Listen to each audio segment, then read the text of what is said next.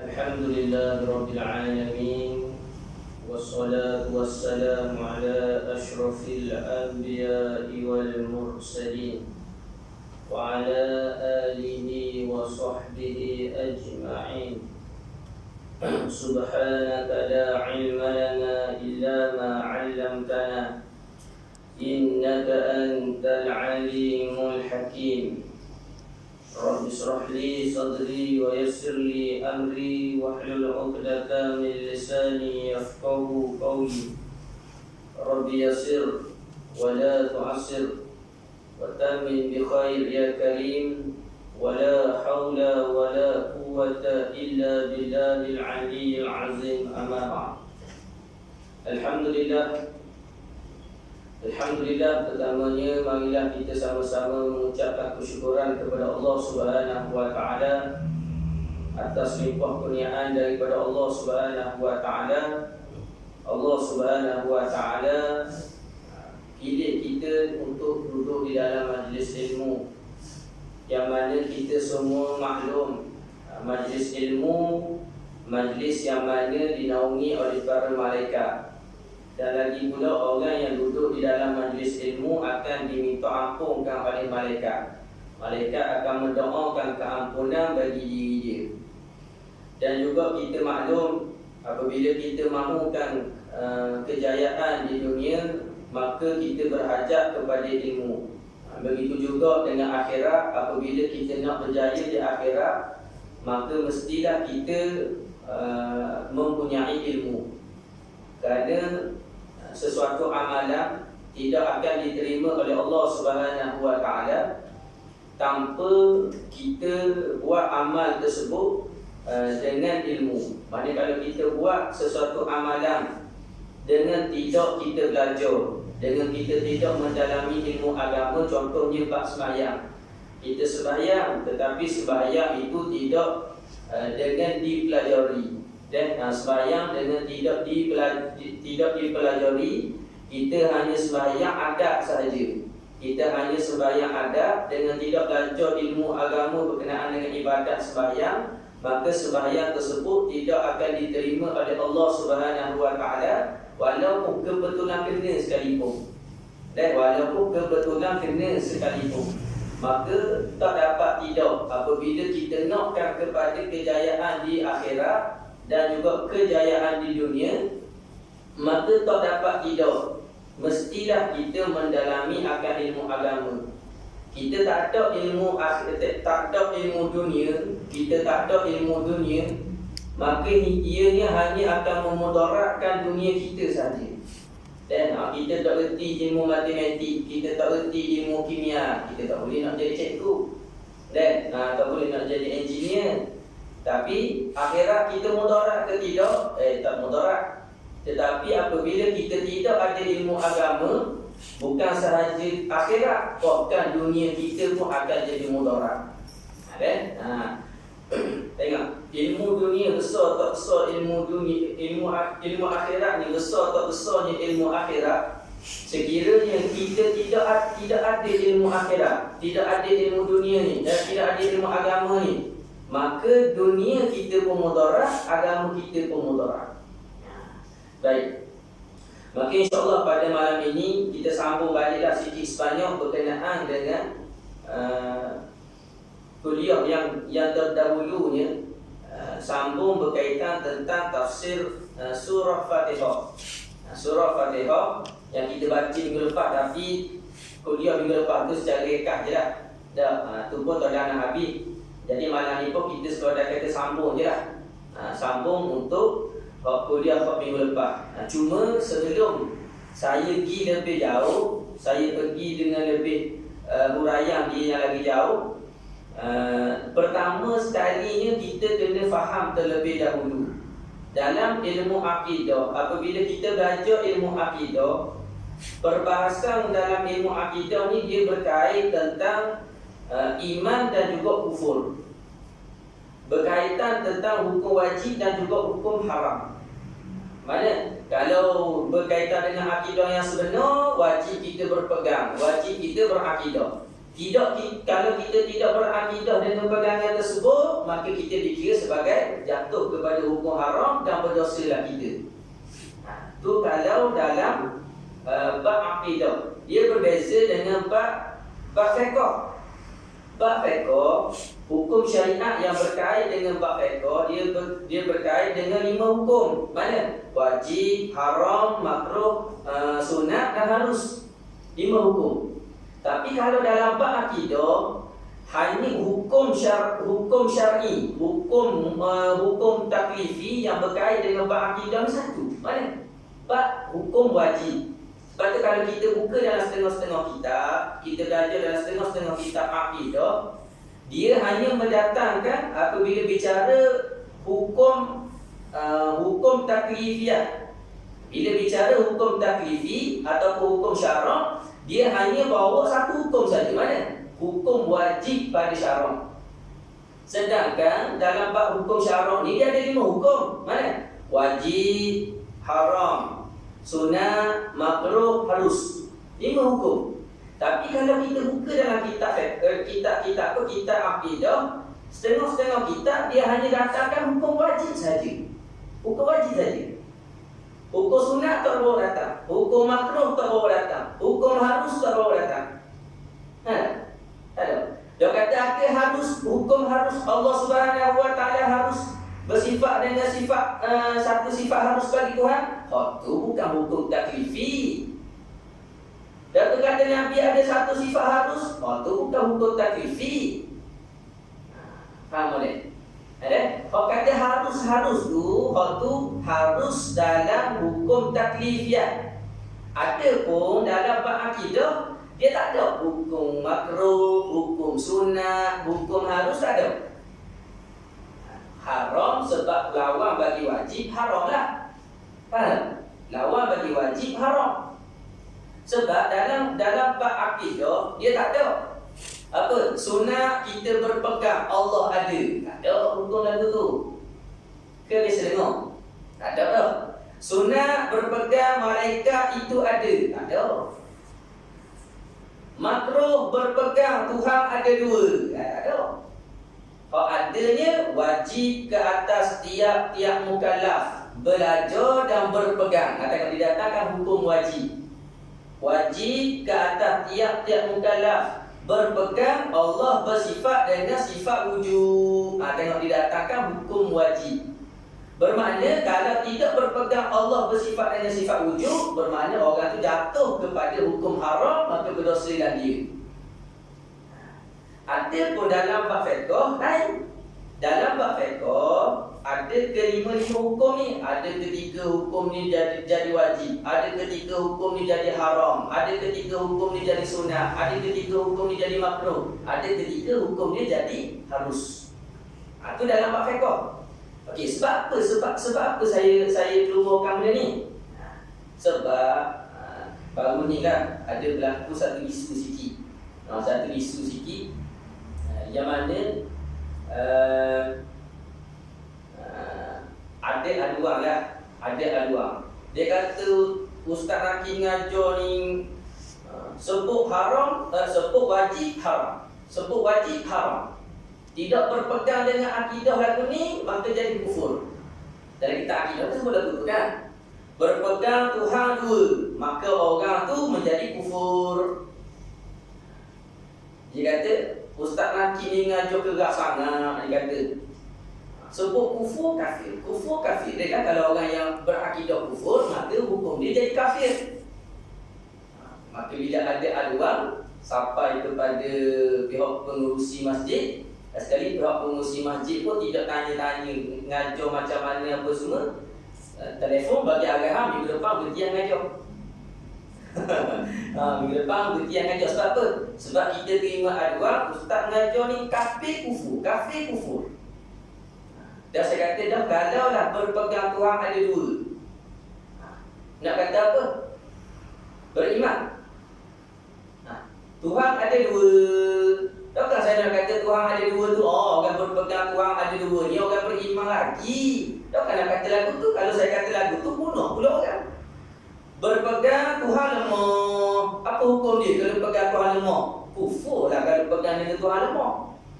Adakah saya nak kata berpegang Tuhan lemah, maka orang tu masih lagi beriman. Tahu saya nak ajar lagu tu. Dia kata tak boleh pakai istilah kafir dengar kasar. Dah tu nak apa? Nak pakai istilah apa? Pakailah istilah tidak beriman. Dan tidak beriman dengan kufur apa beza dia? Tapi dah oleh kerana dia keluar kat arah, keluar kat arah berhenti tak payah ngajar. Ke depan tak payah maliah, tak payah ngajar. Kita berhenti lah.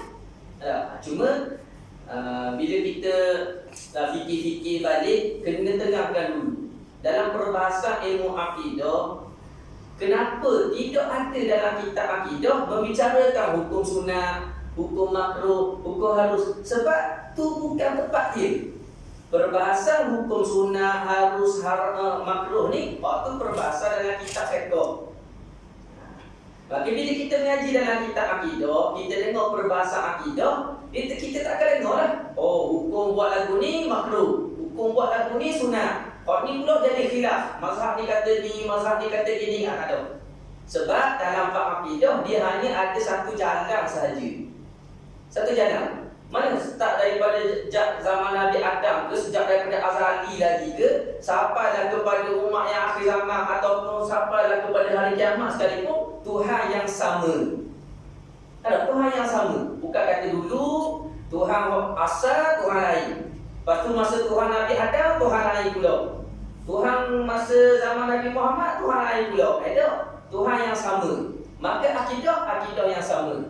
Hukum yang sama. Tidak akan ada perbezaan di kalangan ulama-ulama dan di kalangan orang yang mengikut jalanan yang sebenar.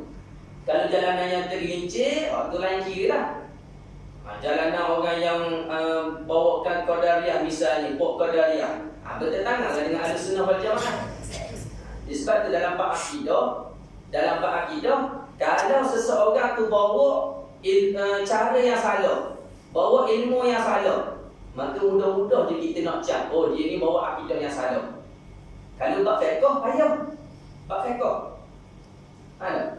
dia payah sebab dia banyak jalan.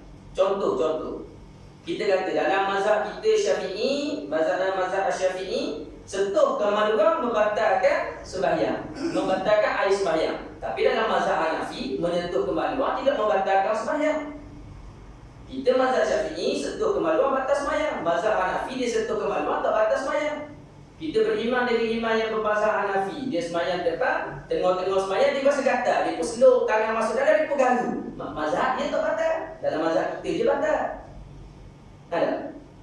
Kalau kira mazhab kita sah tak boleh sah, tapi mazhab dia sah. Lepas kita tak boleh nak sama dalam bab fiqh dengan dalam bab akidah. Dalam bab akidah, hukum dia hanya satu jalan. Maka kalau tersalah dari jalan tu, mudah kita nak cap. Ni jalanan yang salah ni tidak membetuli dengan jalanan yang sebenar. Tapi kalau bab fiqh payah. Sebab bab fiqh ni, contohlah kita kata mazhab kita batal. Tapi bila tengok mazhab lain, mazhab lain kata sah ni, kita pun memang selama ni buat lagu tu dah. Buat memang kalau kira mazhab kita batal. Tapi bila tengok mazhab lain kata sah ni. Dalam mazhab lain kata sah, maka dah apa? Pakai pendapat mazhab lain sekalipun. Contoh. Tapi kita hukum ni terbuka tau. Contoh. Bersentuh di antara lelaki ajnabi dengan perempuan ajnabi. Tak kita sentuh dengan isteri kita ke, kita bersentuhan dengan dia, apa hukum? Baik, kalau ada semayang, batal semayang. Ada semayang, maka batal semayang. Kita selama ni tak tahu misalnya, ataupun kita tak ingat, mari masjid, gendong dengan isteri pun bukan kata gendong saja, dia pun pipin tangan kita, minta jalan apa semua, kita pun mari semayang, dengan tidak ambil air semayang tu. Tiba-tiba belajar, orang kata sentuh di antara suami dengan isteri, batal air semayang. Dok kita selama ni dok semayang dengan tidak ada semayang tu macam mana? Macam mana? Belajar, tak apa, mazhab Maliki, mazhab Hanafi bersentuh, kalau tidak ada syahwat, tidak batal air semayang. Pendapat dalam mazhab kita Syafi'i, yang dikira batal air semayang, orang yang tukar sentuh saja maka batal air semayang. Kena sentuh tak batal. Contoh, kita jalan bini kita, Kita tak pimpin dia, tapi dia yang dipegang tangan kita. Ada, dia pegang tangan kita. Maka hok pegang, hok tukang menyentuh, dia yang batal. Kita tak sentuh dia, dia sentuh kita tak batal.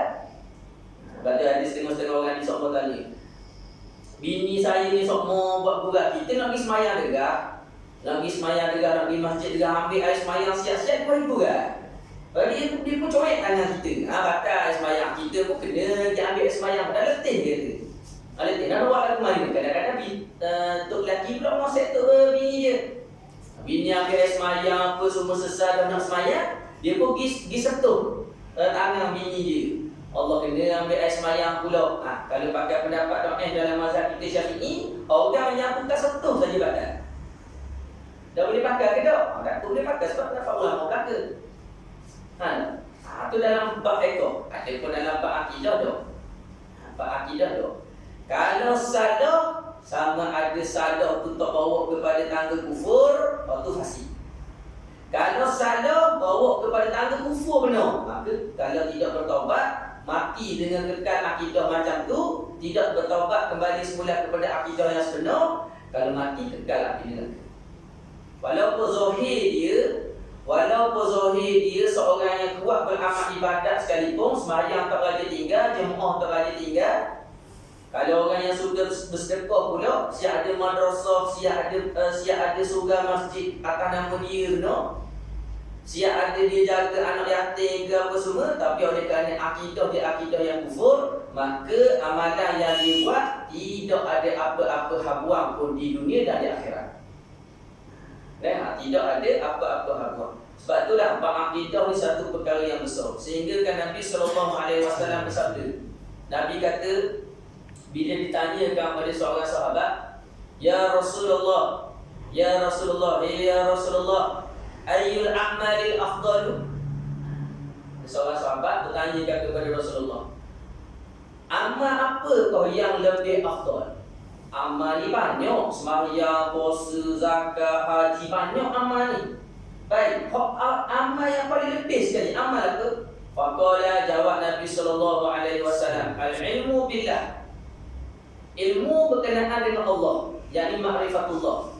Ilmu berkenaan dengan tentang pengenalan akan Allah Subhanahu wa taala. Itu jawab Nabi sallallahu alaihi wasallam. Sebab apa? Li'anna qalilal amali yanfa'u ma'al ilmi.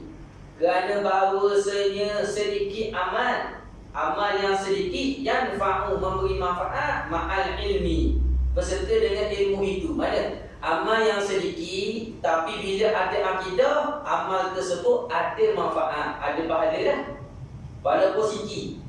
Tapi wa anna kathiral amali, dan bahawasanya banyak amal la yanfa'u ma'al jahli.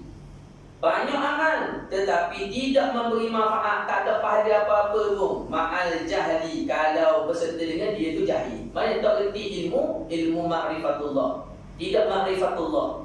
Maka orang yang tidak ma'rifatullah ni, tidak belajar berkenaan dengan akidah, dia beramal banyak macam mana sekalipun, maka amal tersebut tidak akan diterima oleh Allah Subhanahu wa taala, tak ada pahala. Tapi bagi orang yang mana dia ni akidah yang soleh, akidah yang salim, akidah yang suci, yang khalis, yang bersih daripada kesyirikan, dia beramal sikit saja pun, maka amal tersebut ada manfaat bagi dia, ada pahala. Hanya orang yang kadang-kadang dia rasa macam jadi tak puas hati. Ada apa hati? Oh, kalau gitu, kita buat amal banyak, kita sedekah banyak-banyak, akidah kita salah. Tuhan ada pandang kita. Oh, berat kalau dia gitu. Itu dia buat tu. Dia kata kita dah buat amal banyak dah ni kan. Sembahyang, tahajud, kita berzikir, kita baca Quran, kita ni bersedekah, kita ni buat amal-amal yang lain lagi. Tapi disebabkan satu je, akidah salah je. Saya dah buat akidah sampai tak, Tuhan tak terima buat amalan kita. Tidak. Sebab apa? Sebab setiap amal soleh yang kita buat, setiap kebaikan, amal kebaikan yang buat, semuanya itu terbina di atas satu perkara. Mana? Terbina di atas akidah yang soleh. Contoh, kita sembahyang, Allahu Akbar, akad takbir. Baik, semayang. Awak semayang, awak angkat takbir itu sebab apa? Kalau saya angkat takbir ni sebab sembah Allah kan. Dan Allah tu apa Allah? Oh, Allah lah Allah. Dan Allah tu ialah Allah. Allah tu apa Allah? Kalaulah tidak boleh sebut, tak boleh nak urai, tapi dalam akidah ada, tak apa, sesat. Ada? Nak urai tak pandai. Tapi dalam akidah ada, Allah itu Tuhan, bersifat dengan segala sifat kesempurnaan, tidak bersifat dengan segala sifat kekurangan, dan harus bersifat dengan satu sifat yang harus bagi Allah Subhanahu Wa Taala. Kalau setara itu tak apa, akidah ada. Cuma tak pandai nak wayak. Tapi kalaulah dengan tak pandai nak cerita, dalam akidah pun tak ada. Ni di sisi Tuhan, orang ni orang kufur kepada Allah. Orang yang belum lagi dikira sebagai orang yang beriman. Dalam bab akidah dia begitu je. Lepas kita kena faham sekali juga. Pembicaraan ilmu akidah, sebut perkataan kufur, sebut perkataan kafir ni, itu satu perkara yang biasalah. Biasa. Cuma kadang-kadang kalau biasa dalam kelas saya lah, kita bukan hanya cerita fahaman yang mengikut jalanan yang sebenar. Kadang-kadang sampai masa kita akan cerita juga fahaman yang menyeleweng daripada Ahlus Sunnah wal Jamaah. Cerita juga. Sebab kita kena tahu juga. Tahu betul, tahu dah. Tapi hak salah ni. Hak salah. Dan ada cerita hak salah kan, silat-silat gaya kita pegang hak salah ni. Sekian hal juga. Jadi kena kenal juga hak salah ni macam mana. Kena kenal juga hak salah. Cuma kadang-kadang bila kita cerita hak salah tu, orang jadi salah faham pula.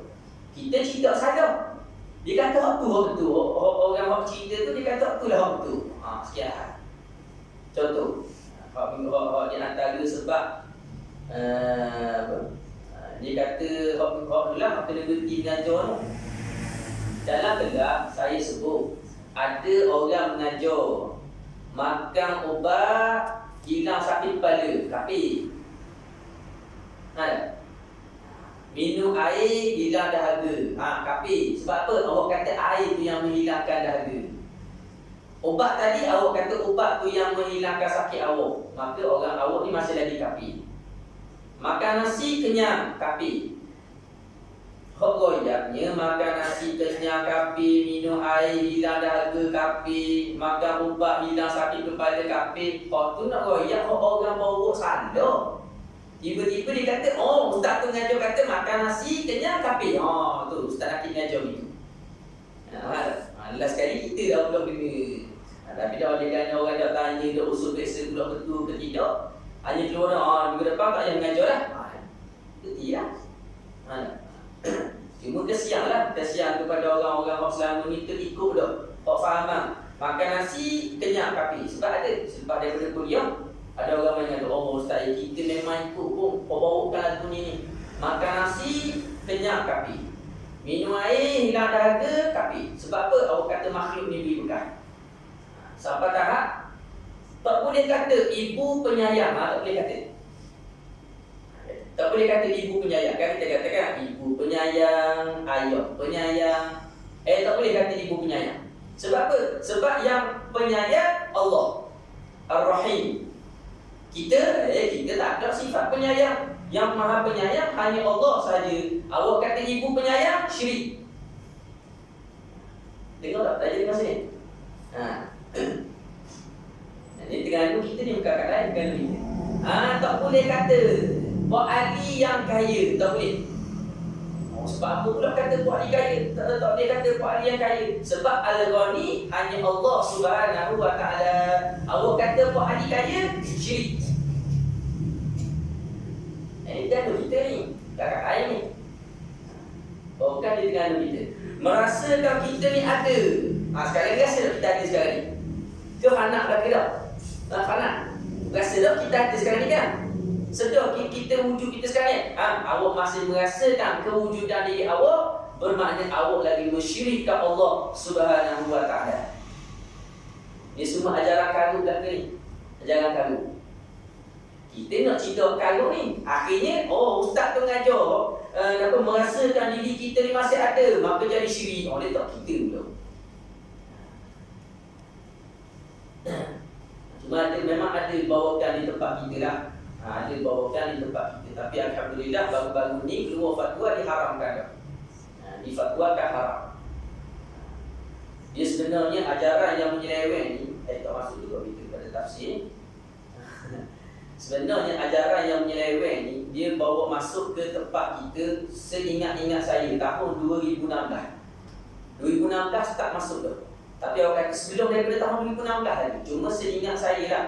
Seingat saya jumpa dengan program ni tahun 2016. 2016 di Terengganu kita. Masjid di Terengganu kita. Bila dia bawa dalam satu kuliah tu di Masjid Besar di Terengganu kita ni, kebetulan ke masa tu ada seorang bapa daripada Thailand. Bapa lah. Kalau Thailand ni dia panggil bapa. Kalau kat kita dipanggil tuan guru. Kalau Thailand dipanggil bapa. Ada seorang bapa daripada Fatoni. Dia kebetulan singgah di masjid tu. Dia ada program tu, dia singgah di masjid. Dan memang dia nak jumpa dengan saya juga. Bila kita sampai di masjid, bapa tu panggil, jom mari kejap.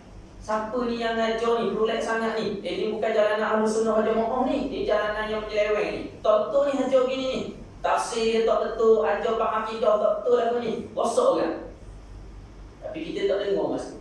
Tak apa dah, tak dengar. Lepas tu duduk dalam gelar dengar baik. Oh betul. Kau kata tu betul saya. Mana? Betul. Oh kata tu kat ni. Telefon ke AJK Masjid. Telefon ke AJK Masjid. Kau tak apa ni bawa dia ni. Tak boleh ni bawa orang yang bawa ajaran gini. Rosak anak makmum kita. Tiba-tiba orang yang kita tegur tu, salah mana kau? Dia kan bawa ajaran tauhid tu kan? Nak mengeluarkan kesyirikan daripada hati kita ni kan?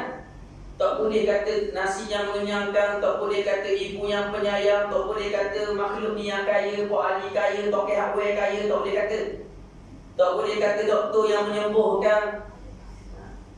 Sakit kan? Mau sakit di hospital swasta dan di hospital kerajaan dah baik sakit. Di hospital swasta doktor bagi ubat molek baik, syirik awak. Sebab apa? Sebab awak kata doktor hospital swasta tu yang menyembuhkan. Sekarang ni dalam konsep tak ada duit ni. Dalam konsep tak ada duit. Kita pun rasa lemah hati kita. Kita rasa macam kedok-kedok. Kita rasa macam lemah kan? Duit tak ada dalam konsep kan? Duit kebal dalam konsep. Bicara mau sedap lah kita. Duit banyak ni kebal. Acuk tanya tu kita pergi jalan. Nak pergi datang KL. Duit ada RM5 dalam konsep. Aku ada. Senang hati. Dah senang hati. Kita akan rasa susah hati. Tak? Tapi kalau jalan kocek kebal, banyak ada 500 dalam kocek. Di jalan KL ke mana dapat sebab apa? Jadi kena isi minyak ke, jadi kita nak berhenti nak bayar tu ke, nak makan ke, so rasa senang hati.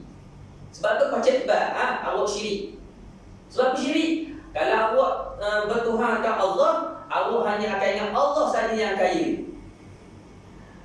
Ni awak berkata duit ni lah yang beri awak kesenangan sebab tak awak syirik. Lepas cerita ni dia kata saya apa ni dia bawa betul tu kan. Dia kata betul pula betul.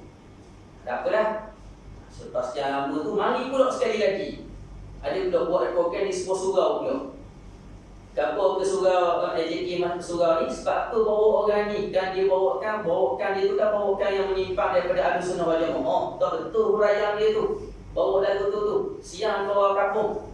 Nyanyi kau kampung dengar. Akhirnya bila kita tegur orang AJK surau pula marah ke kita pula. Marah ke kita. Dia bawa salah ke mana? Betul lah tu dia bawa. Salah ke mana? Betul lah. Awak ni deki ni, orang deki dengan program ni je yang tak mau beri program ni berjalan. Dia kata deki pula tak apalah.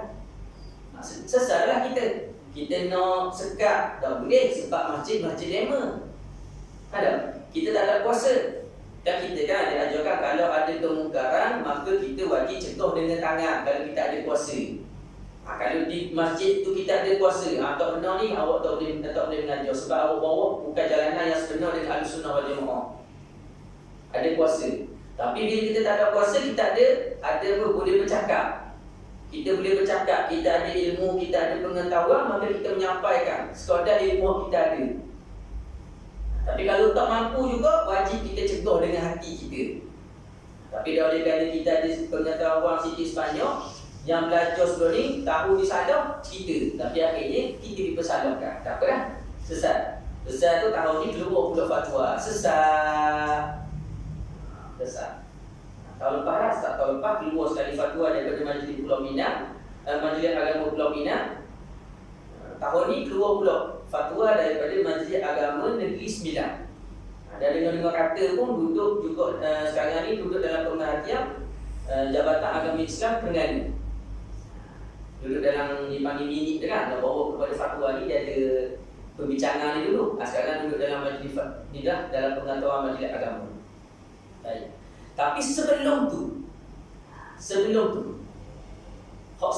difatwakan sesat, sekali dia buat program bukan sikit, kadang-kadang 500-600 orang penyertaan,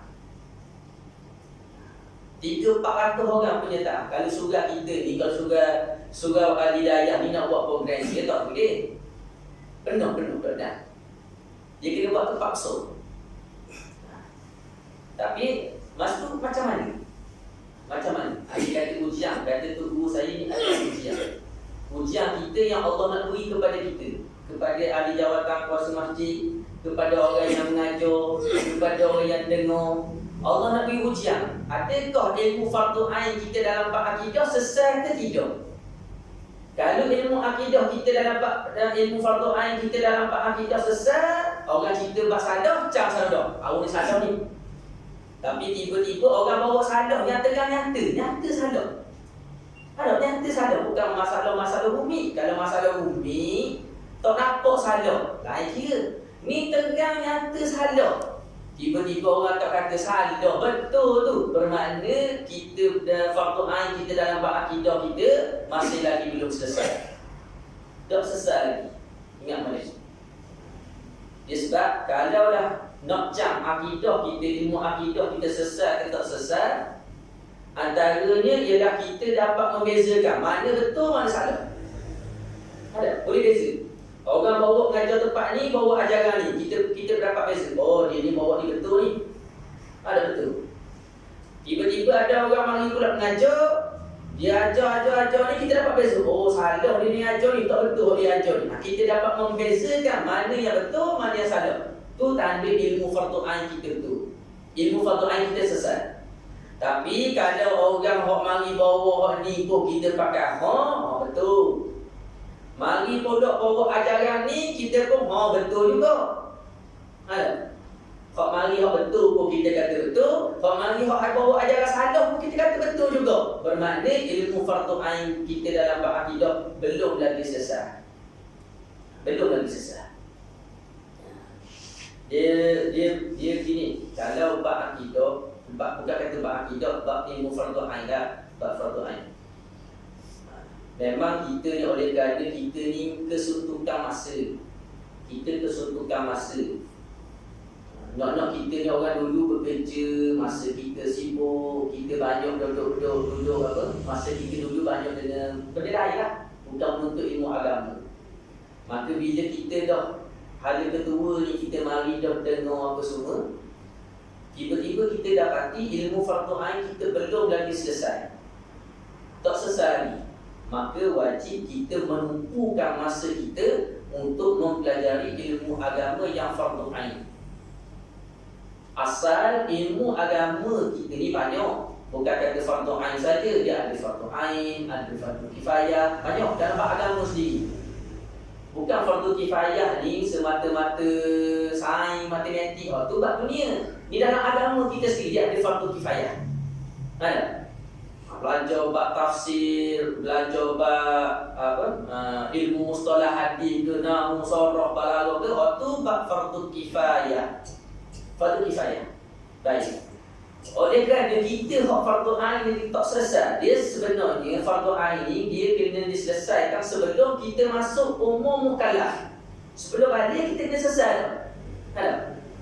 Cuma masa kita tak balik lagi tu, kita tidak ada apa-apa kewajipan lah. Kita tak kena belajar. Sebab tak balik lagi tak ada hukum. Yang ada hukum atas mak ayah. Mak ayah wajib ajar anak-anak dia sebelum anak ni masuk umur balik. Mak ayah wajib ajar kepada anak. Anak dia tak ada hukum lagi sebab dia tak balik lagi. Ada. Tah dia dia pun balik. Kalau hukum tadi dia tak wajib lagi belajar, maka bila dia balik, dia sendiri dah kewajipan tersebut berbeza atas ketok dia sendiri dah. Wajib dia belajar. Cuma sebelum dia balik tu, wajib mak ayah dah. Mak ayah memang wajib dah ajar bab akidah, wajib ajar bab semayang, syariat zahir, wajib mak ayah ajar bab syariat batin. Atau ajar agama. Dia setengah orang dia salah faham agama. Oh, kita ajar anak kita ngaji Quran. Agama lah tu. Suruh anak belajar agama, suruh anak belajar ngaji Quran. Hak tu bukan wajib, hak tu sunat. Suruh anak belajar Al-Quran, hak tu tidak wajib, hak tu sunat. Ingat boleh. Dia bukan fardu ain. Hak fardu ain 3. Mana? Ajar bab akidah, ajar bab sembahyang, ajar bab ilmu tasawuf. Cuma dalam bab sembahyang ni kita ada baca Quran. Baca Quran. Maka ketika itu nak ajar bab baca Fatihah rukuk qauli ni. Ketika inilah kita wajib ajar kepada anak ilmu untuk baca Quran. Sebelum nak suruh anak sembahyang, wajib ajar anak berkenaan dengan akidah terlebih dahulu. Wajib ajar terlebih dahulu. Kita selesai dah ajar anak bab akidah, barulah kita suruh ajar anak bab sembahyang. Ada. Jangan kita ajar anak sembahyang. Akidah kita ajar tak ajar akidah. Tak selesai kewajipan atas kita mak ayah. Ada kewajipan atas kita mak ayah tak selesai. Pertama sekali wajib kita ajar bab akidah. Sebab bila anak ni dia besar dah, dia balik dah, dia nak jalan dah. Ada hukum hakam dah atas dia. Masa tu dia semayang, dia ada pahala. Kita ajar dia dulu ilmu agama, kita beri ilmu fardu ain kepada dia, maka kita dapat pahala, dia dapat pahala. Sekarang dia tak balik lagi. Dia tak balik lagi. Sekarang dia pun balik. Dia balik. Bila dia balik, dia semayang dengan akidah yang betul. Dengan syariat dia semayang tu hukum fiqh, dia semayang dengan hukum fiqh yang betul. Dia semayang pula dengan hati yang ikhlas. Asbab siapa? Asbab dia boleh berakidah betul, asbab dia boleh semayang dengan semayang yang betul, dia boleh semayang tu dengan hati yang betul, asbab kita yang ajar. Maka dia dah semayang dapat pahala, kita sebagai mak ayah yang tukang ajar, kita pun dapat pahala. Itu dipanggil anak yang soleh. Bagi anak soleh. Tapi kalau lah anak tu semayang, puasa, bayar zakat ke apa semua, dalam keadaan akidah dia tak betul, dia sendiri tak ada pahala, kita pun tak ada pahala. Putus balik. Putus. Dia putus ni asal dia orang kafir. Orang kafir walaupun anak dia beriman. Contoh macam sahabat Nabi. Mana Ikrimah misalnya. Ikrimah ni sahabat Nabi SAW. Walaupun pada awalnya Ikrimah ni dia kuat lawan Nabi SAW. Ayah dia siapa? Abu Jahal. Tapi anak kepada Abu Jahal, Ikrimah ni beriman kepada Nabi SAW. Cuma pada awal tu memang kuatlah tentang Nabi. Tentang Nabi tak adalah dia antara orang yang kuat menentang Nabi SAW. Sehingga pada ketika pembukaan Fathu Mekah, Nabi SAW keluarkan nama-nama orang yang mesti dibunuh. Hak lain tak apa? Dimaafkan. Ni nak gabuh hati Nabi SAW. Orang buat khianat ke dia macam mana pun, orang sakit ke dia macam mana sekalipun, dia apa? Memaafkan. Tak apa, sesat. Tapi ada beberapa nama yang dikeluarkan perintah untuk bunuh, walaupun gantung dengan kelambu Kaabah sekalipun. Walaupun gantung di kelambu Kaabah sekalipun, dia orang agak dulu ada apa-apa, kalau orang tu gantung di kelambu Kaabah, tak boleh bunuh. Tapi Nabi keluarkan arahan, orang ni kalau lah gantung di kelambu Kaabah sekalipun, tidak akan kalau bunuh pun tak apa. Di antara salah satu namanya Ikrimah. Bila pembukaan Fathu Mekah, Ikrimah pun lari nak lari ke Yaman. Tapi sebelum sampai dia nak naik kapal nak lari ke Yaman tu, bini dia tu pergi jumpa dengan Nabi SAW, minta supaya Nabi SAW mengampurkan Ikrimah. Nabi SAW mengampunkan Ikrimah. Apalah, ampunlah Ikrimah. Bini dia pergi kejar. Dia kejar semudah Ikrimah, pujuk balik, pergi jumpa dengan Nabi Muhammad. Sebab dia minta ada pengampunan dengan Nabi Muhammad. Nabi Muhammad memaafkan. Ikrimah kata apa? Muhammad kata lagu tu. Muhammad kata lagu. Kalau Muhammad yang memaafkan, memang betul dia memaafkan. Tengok orang kafir. Siapa sekali itu tahu ni hati budi Nabi SAW. Dah. Kalau tu ikutlah. Percaya kalau orang Muhammad kata lagu tu, aku percaya. Pergi jumpa dengan Nabi SAW. Jumpa dengan Nabi SAW bangun di belum dia. Sedangkan mas dia kuat menentang Nabi SAW. Kita sedikit sebanyak berkenaan dengan Ikrimah. Baik. Abu Jahal, ayah dia orang kafir. Tapi anak Ikrimah orang yang beriman. Orang yang beriman. Tapi walaupun Ikrimah ni buat amal macam mana sekalipun, tidak akan dapat pahala kepada ayah dia yang kafir. Itu kalaulah anak beriman, ayah kafir. Begitu juga kalau anak kafir, ayah beriman sekalipun, tidak akan dapat pahala bagi si ayah. Sebab itulah kita nak sangat kepada anak yang soleh. Anak yang soleh ni sangat-sangat kita berhajat. Terutamanya apabila kita mati dah, duduk dalam kubur, kita tidak akan dapat buat apa-apa amalan lagi dah. Melainkan Nabi beritahu tu 3 amalan yang tidak akan putus bagi seorang anak Adam apabila dia meninggal dunia. Di antaranya ilmu yang bermanfaat, di antaranya doa anak yang soleh, di antaranya sedekah jariah, sedekah yang berlari, yang berjalan. Kalau sedekah, tapi sedekah tu tidak berjalan. Sedekah surau, orang surau pun simpan, letak dalam akaun bank. Tak ada buat apa-apa dengan duit yang disedekahkan tu. Dapat pada sedekah, tapi sedekah jariah dapat tak? Dapat. Ingat baik. Batu orang bagi sedekah masjid surga ni, kena guna, jangan simpan. Ada? Sebab orang sedekah tu dia nak dapat pahala berterusan. Ada sedekah, simpan. Tengok akhir tahun, cek akaun bank. Berapa? Oh, akaun bank masjid kita ada 18,000. Akaun surga kita ada berapa? 18,000, 19,000, 20,000. Dan duit dia bersiapa ni? Duit sedekah orang ramai. Kalau daripada tahun bila? Tahun 2007, 2008, simpan, sekarang ada 20,000. Dia tak ada waktu nak jadi. Tak boleh. Orang sedekah untuk digunakan, bukan untuk disimpan. Yang ikut memang jadi tu. Bila kata dia apa nak guna duit ni? Biarlah kita simpan. Ada dapat Islam kita nak pakai. Bukan masalah senang pakai. Orang pergi duit sekarang ni untuk digunakan. Dia nak dapat pahala dan letak duit dalam akaun bank. Mana pahala dia dapat, pahala jariah ni tak ada lah.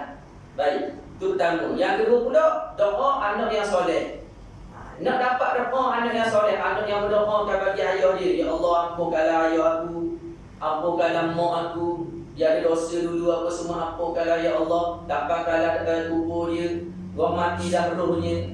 Doa yang diterima, doa anak yang soleh. Apa doa anak soleh? Anak yang sah akidah dia, sah syariat zahir dia, sah syariat batin dia. Itu anak soleh. Tapi kalau anak tu dengan akidah tak betul, tak belajar ilmu akidah, dia berpegang pula dengan akidah yang fasik tak betul, kita tidak dapat apa-apa manfaat daripada anak. Dia anak dengan ayah, kita anak. Kita ada ayah. Ayah katakan kita matilah ayah kita. Anak dengan ayah ni, bila anak buat amalan, anak tak payah niat tak untuk ayah. Aku sedekah ni niat pada untuk ayah tu, tak payah. Sebab apa?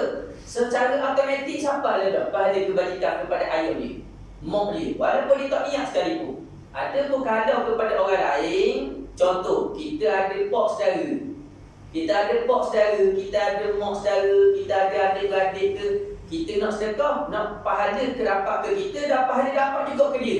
Kita kena niatkan bagi orang yang kita nak sedekahkan pahala. Mana mak saudara kita mati dah, aku sedekahkan pahala sedekah ni kepada arwah sekian nama, baru pahala tu akan sampai. Tapi untuk mak ayah kita dah, untuk mak ayah kita, walaupun tak niat sekalipun, tetap pahala dapat kepada mak ayah. Tapi apa amal kejahatan, dosa yang dibuat, maksiat dibuat, tidak ditulis dalam buku catatan amal. Dalam catatan amal kita lah, anak ni minum arak, anak ni minum arak. Kita ajar dah dulu, jangan minum arak ni haram semua. Dia minum arak, maka pahala dosa tidak akan membebankan kita. Ada pun pahala tu. Pahala kita anak ni buat pahala kebajikan, walaupun dia tak niatkan kepada mak ayah, tetap pahala dapat. Ni saham bagi orang yang ada anak yang soleh.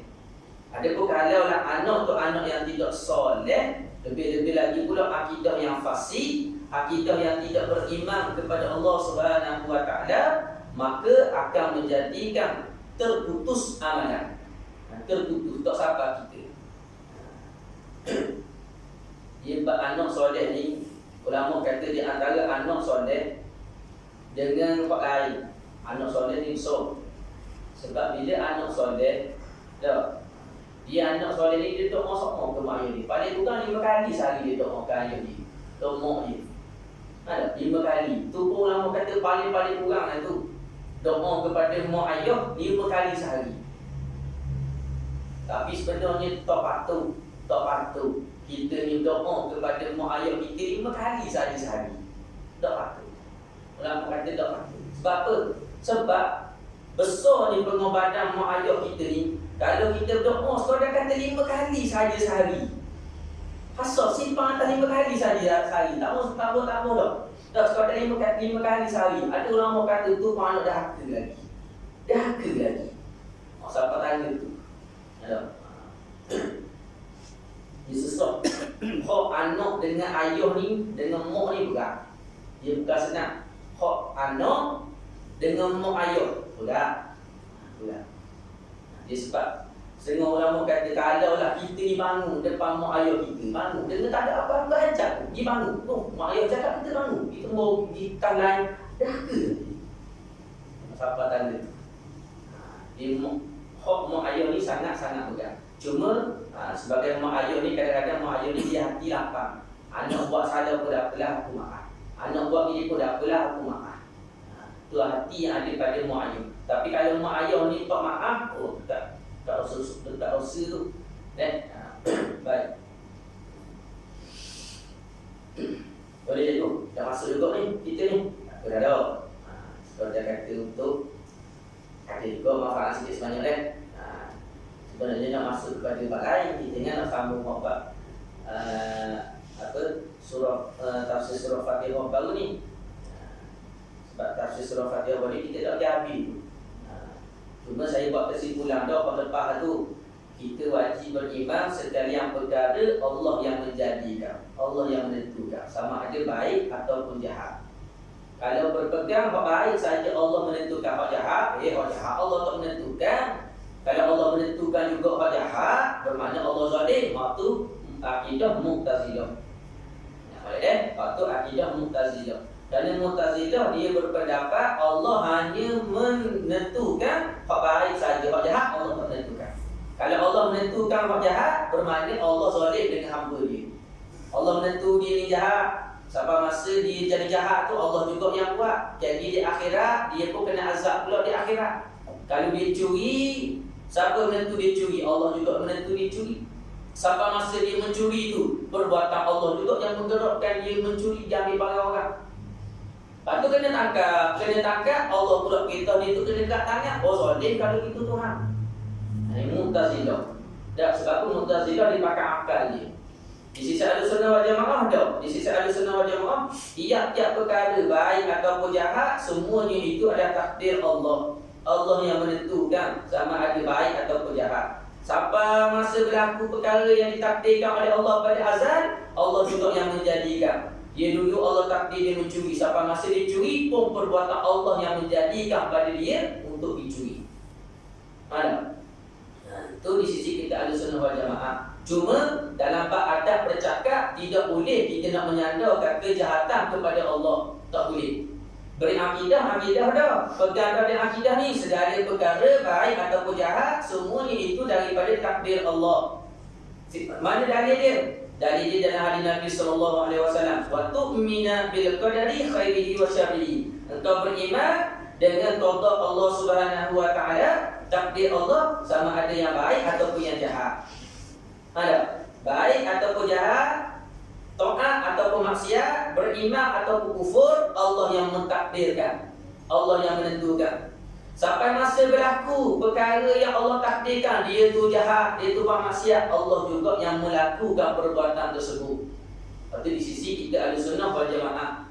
Cuma ada yang fahaman yang menyeleweng, fahaman yang tergelincir daripada Ahlussunnah wal Jamaah. Dia kata Allah tidak menentukan kau jahat, itu Mu'tazilah. Ada pula yang berfahaman Allah tidak menjadikan perbuatan kita, Allah letak kudrat di kita. Ni Allah letak kudrat di kita. Kudrat ni Allah yang menjadikan. Geng, kita panggil geng. Tak, kudrat kita panggil geng. Kerana kita kudrat, kita terjemah geng. Bahasa buku, kudrat dia terjemah kuasa. Tak? Bila ada geng, ada apa sekali? Bila ada geng, dia ada apa sekali? Kita bila ada geng, jadi apa? Bila ada geng, ada apa sekali? Ada kemahuan. Ada kemahuan. Ada kemahuan. Kemahuan iradah. Dengan ada Kuasa. ada kuasa geng tu. Bila ada geng, kalau kuat tu betul tak? Ada kuasa, kita pun kuat. Kuat tu dengan kita panggil apa? Gerok kan? Gerok kan? Gerok. Apa dalam orang kata? Geng gerok. Kenapa geng gerok? Ada geng gerok, kita gerok. Ada? Geng gerok tu apa? Geng kuasa. Dok gerok, apa? Tak ada geng. Kalau kita gerok sekarang ni, kita gerok sekarang ni. Sebab ada gerok. Sebab apa? Sebab ada geng. Ada? Geng gerok tu ingat balik. Ada? Baik. Kalau lah berakidah Tuhan yang letak geng di kita ni, kudrat ni Tuhan letak. Ada? Sebab ada geng yang Tuhan letak ni lah kita jadi gerok. Kita boleh buat tu, buat ni, boleh hakak tu, boleh hakak ni. Sebab apa? Sebab Tuhan letak geng di kita. Ada? Bila Tuhan letak dah geng di kita, perlu dah lagi Allah menggerakkan kita. Kalau lah berfahaman, tak perlu dah lah Allah menggerakkan kita. Cukup dah lah Allah letak geng di kita. Lepas tu ada geng dah kan? Ada geng, kita boleh dah buat kerja tu, boleh berlari, boleh jalan, boleh pergi situ, boleh buat tu, boleh buat ni, boleh bercokok apa semua. Kalau tak ada geng, dapat lah kita ni. Boleh kata, boleh buat tu, boleh buat ni sebab apa? Bukan Allah yang menggerakkan, tapi sebab ada geng di kita, kita boleh gerak sendiri, boleh buat sendiri perbuatan kita. Tu fasih. Berakidah lagu tu fasih. Sebab tu dia kalau cerita gini, ya ke tidak Pak jadi fasih lagu tu Pak? Sebab kita tazkirah. Tak ada sandaran kita. Kalau buka kita ada dah dalam kita sebut. Kita tak ada sandaran. Ya ke tak orang ngajar gitu tu. Apa boleh sebut? Sebab apa? Tak ada sandaran kita. Lepas tu tuan-tuan pun sedap ada sandaran kita. Belajar tu dia bukan apa sebut dalam kita sebut dah ni. Dalam kita sebut dah. Kalau mengajar gini boleh apa sebab apa? Kau dah tahu betul sadar. Tapi kalau dalam kita, sadar kita dia. Orang dia yakin kita ni, kita lain pula. Tengok dalam ibarat kita lain pula lagu mana dia sebut. Orang yang berakidah, Tuhan letak geng di kita. Sampai masa geng yang ada di kita sendiri dah yang beri bekas. Boleh buat kita, boleh buat tu, boleh buat ni, gerak tu, gerak ni, akak tu, akak ni. Tak perlu lagi dah Allah yang menggerakkan. Waktu fahaman qadariyah, fahaman tu fasih, berakidah itu, akidah yang bid'ah tidak ada di zaman Nabi SAW. Kalau berakidah selagi, dia fasih.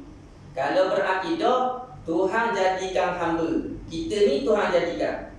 Baik. Sampai masa geng yang ada di kita ni bukan Allah letak. Tadi Allah letak.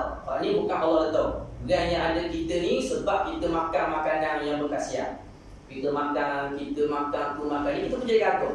Tengok bulan puasa kan, dah makan kita pun dah urut lempeng. Kita apa tidur, dah urut puasa ni. Bila makan buka puasa, kita pun kagum. Kagum. Boleh bismillah terawih, boleh buat amal ibadah apa semua. Sebab apa? Sebab makanan masuk dalam perut. Boleh kagum tu sebab apa? Kagum sebab kagum tu main sendiri dah pula. Bukan Allah letak.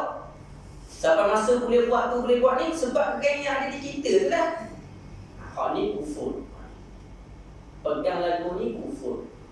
Bahkan ulama kata kufur dengan ijma'. Faham tak? Kufur dengan ijma'. Kalau tak mengaji ilmu akidah, kita tak belajar kitab, hak ni yang orang akan berpegang. Sebab zahir kita macam dah puasa, kita tak makan. Jadi makan gagah. Tak gagah. Gagah sebab apa? Sebab makan, kita jadi gagah tu. Zahir di kita. Ada. Tapi kalau orang mengaji akidah, makan nasi tadi ni, kita gagah ni di mulut sahaja cakap. Tapi dia akidah, mu kata makan nasi jadi gagah ni sebab apa nasi ke beri mu tenaga? Dah, aku berpegang di akidah, Allah yang beri aku tenaga. Bukan nasi tu beri manfaat, beri mudarat. Siapa masa aku buat perbuatan ni, Allah yang menggerakkan aku, bukan tenaga yang ada pada aku ni. Tapi dia mula cakap, tu sandaran isnad majas dia bagi. Sandaran sementara, isnad majas. Dan batu tak sadar. Kalau kita kata makan nasi kenyang, makan nasi ada tenaga, minum air hilang dahaga, minum air kita jadi gagah, makan Panadol kita jadi kuat, minum Milo jadi sihat tanpa tenaga. Iklan tu kan? Iklan Milo tu dulu tu. Minum Milo anda jadi sihat dan kuat. Kan? Tapi ada bukan maksud apa saya kata tadi tu. Tak boleh kata minum Milo jadi sihat dan kuat. Sebab apa? Syirik. Bapak orang kata minum-minum ni yang membuatkan orang. Dia tak kerti gitu. Tak kerti isnad majas apa semuanya tak kerti. Ada.